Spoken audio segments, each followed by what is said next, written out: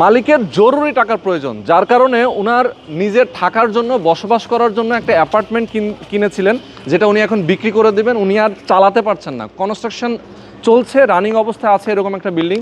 আপনারা দেখতে পাচ্ছেন ঠিক আমার হাতের বামে এই বিল্ডিংটা 40 ফিট এভিনিউ রাস্তার সাথে B+G+11 একটা ভবন, এবং এখানে লিফটের 9-এ অর্থাৎ লিফটের 8-এ 9তলায় একটা অ্যাপার্টমেন্ট 1428 স্কোয়ার ফিটের।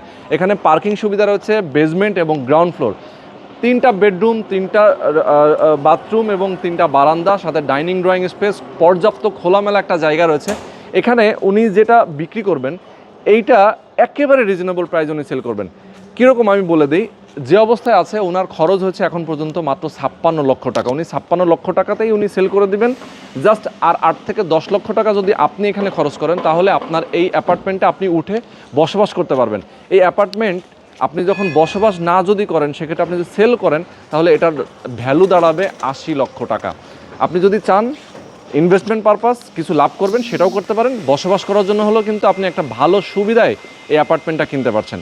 তো দর্শক, আমি বলবো আপনাদেরকে, যারা প্রবাসে আছেন, বাংলাদেশে আছেন, যে যেখানে আছেন, আপনি যদি চান একটা অ্যাপার্টমেন্টের মালিক হতে মোহাম্মদপুর চন্দ্রিমা মডেল টাউনে, অবশ্যই দ্রুত যোগাযোগ করবেন, অ্যাপার্টমেন্ট দেখবেন, এসে দেখে শুনে বুঝে আপনার কিনে নেবেন।